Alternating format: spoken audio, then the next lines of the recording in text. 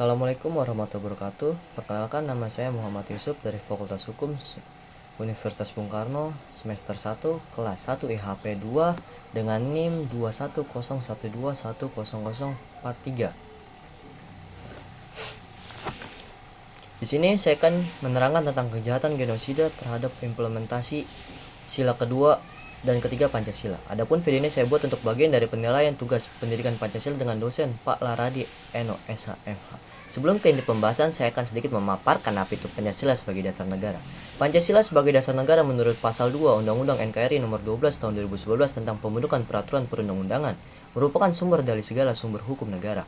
Sedangkan pandangan lain bahwa pasal ayat 2 tersebut menyatakan bahwa Pancasila sebagai dasar negara dan ideologi negara serta sekaligus dasar filosofis negara, sehingga setiap hal-hal yang memuat terkait peraturan perundang-undangan tidak boleh bertentangan dengan nilai-nilai yang terkandung di dalam tiap sila Pancasila.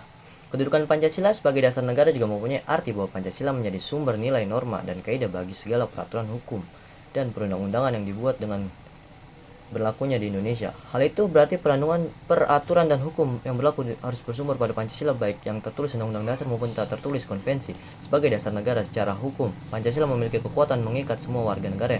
Pengertian mengikat di sini ialah bahwa ketentuan mengenai pembuatan segala peraturan dan hukum untuk bersumber pada Pancasila bersifat wajib dan imperatif. Dengan kata lain, tidak boleh ada satupun peraturan atau hukum di Indonesia yang bertentangan dengan Pancasila. Pancasila sebagai dasar negara Republik Indonesia sebelum disahkannya pada tanggal 18 Agustus 1945 oleh PPKI. Nilai-nilainya telah diimplementasikan pada jiwa Indonesia sejak zaman dahulu sebelum bangsa Indonesia mendirikan negara yang berupa nilai-nilai adat istiadat, kebudayaan, serta nilai-nilai religius. Nilai-nilai tersebut sudah diterapkan dalam kehidupan sehari-hari sebagai pedoman hidup.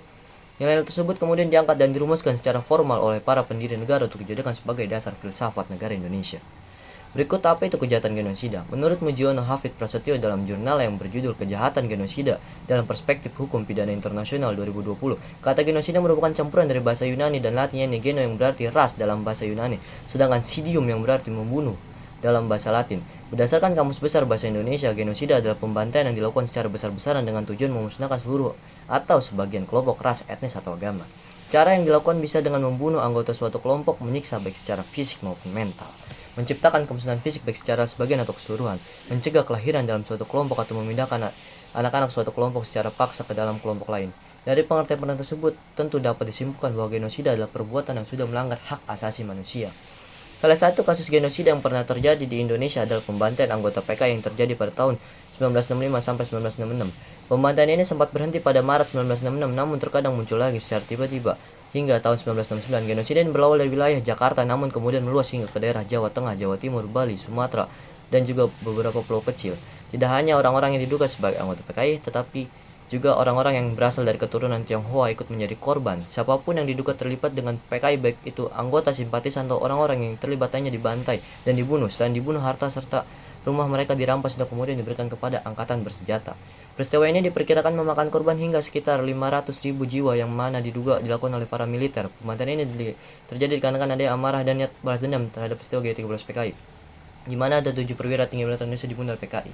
Kasus pembantaian ini tentunya tidak sesuai dengan pengamalan Pancasila sebagai dasar negara Indonesia. Kasus ini melanggar sila ketiga yaitu persatuan Indonesia dan sila kedua kemanusiaan yang adil dan beradab. Hal ini dikarenakan kejahatan genosida merupakan kasus pembantaian secara luas dan merupakan perilaku yang tidak beradab.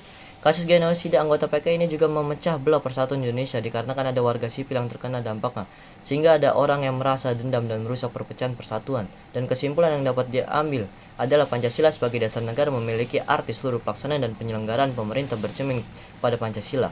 Peran Pancasila sebagai dasar negara adalah sebagai penegak dasar kegiatan partisipasi dan pergaulan serta sebagai sumber hukum nasional. Pancasila memiliki nilai-nilai yang patut dilaksanakan dalam kehidupan sehari-hari. Karena Pancasila lahir dari pahlawan Indonesia yang mana mereka pasti memperhatikan nilai-nilai yang ada di negara kita secara langsung, sehingga dengan mengamalkan nilai Pancasila kita akan terhindar dari kejahatan yang melanggar dasar NKRI.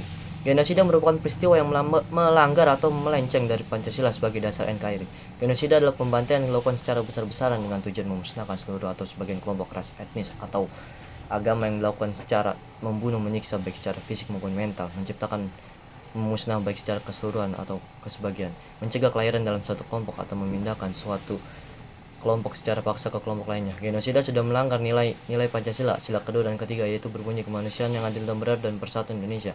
Dari kasus tersebut menandakan bahwa sebelum semua rakyat Indonesia paham dan berkeinginan untuk memahami setiap nilai yang terkandung dalam Pancasila, inilah mengapa bidang kependidikan memiliki peran penting dalam memperkuat jiwa Pancasila dan nasionalisme bagi generasi muda Indonesia dengan cara memberikan materi tentang Pancasila dalam kurikulum pembelajaran.